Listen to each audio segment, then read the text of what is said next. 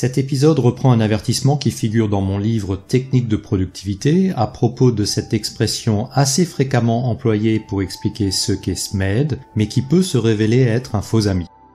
Si l'acronyme original SMAID n'est pas toujours simple à expliquer, l'expression changement rapide, couramment utilisée pour décrire le SMAID, peut se révéler trompeuse. En effet, changement rapide peut entretenir l'illusion que toutes les opérations d'un changement sont nécessaires et doivent être accélérées. Les personnels chargés de ces opérations risquent alors de ne pas voir SMAID d'un bon œil à cause de ce malentendu potentiel. Il existe effectivement d'autres moyens de réduire une durée de changement que de réaliser les mêmes opérations plus rapidement. Dans cet exemple, un changement nécessite 6 opérations, notées A à F, qui sont à enchaîner séquentiellement pour une durée cumulée initiale égale à D1. Opérer un changement rapide pourrait conduire à accélérer l'exécution de toutes les opérations pour arriver à une durée cumulée D2 inférieure à D1.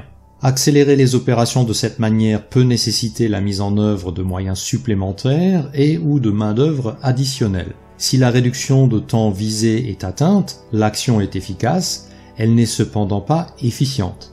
Je précise que pour moi, l'efficacité, c'est atteindre ses objectifs, et l'efficience, c'est atteindre ses objectifs avec une économie de moyens. Dans l'esprit SMAID, il faut rechercher un changement non seulement court, mais également efficient.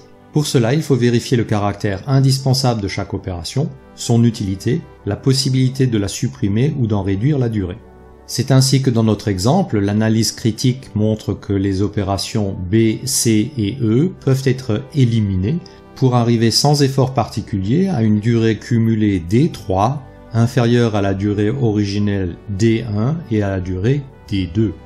Un potentiel additionnel de réduction de temps peut ensuite être exploité en revoyant le contenu des opérations résiduelles A, D et F qui ne sont pas supprimables. Cet exemple peut paraître trop simplifié par rapport à la réalité. Reprenons alors la situation initiale et la durée D1 durant laquelle la machine est arrêtée. Discriminons la part d'opérations inutiles s'il y en a. Éliminons ces opérations inutiles. Vérifions maintenant ce qui peut être fait avant que la machine ne s'arrête et après que la machine redémarre avec la production suivante. On appelle cela la conversion des opérations internes en opérations externes. Les opérations internes sont celles qui ne peuvent être exécutées que machine à l'arrêt, comme par exemple régler la largeur d'un convoyeur d'approvisionnement ou changer un outil. Les opérations externes sont celles qui ne nécessitent pas d'arrêter la machine, comme remplir un formulaire ou mettre de l'ordre dans les pièces autour de la machine.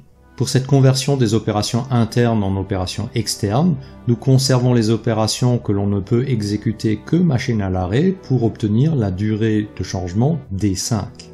Une fois cette conversion faite, les opérations qui peuvent être réalisées avant que la machine ne s'arrête ou après son redémarrage sont exécutées en temps masqué sans pénaliser le temps productif de la machine. Je rappelle que conventionnellement, la durée d'un changement se mesure entre la fin de la dernière pièce de la série qui s'achève et la première pièce finie et conforme de la nouvelle série à vitesse ou cadence nominale. Finalement, réaliser des changements rapides n'est pas faire la même chose plus rapidement, mais les choses différemment et de manière efficiente. Si vous avez trouvé cette mise au point utile, faites-le savoir avec un pouce levé et partagez cette vidéo. Merci pour votre intérêt et à bientôt sur l'un de mes médias.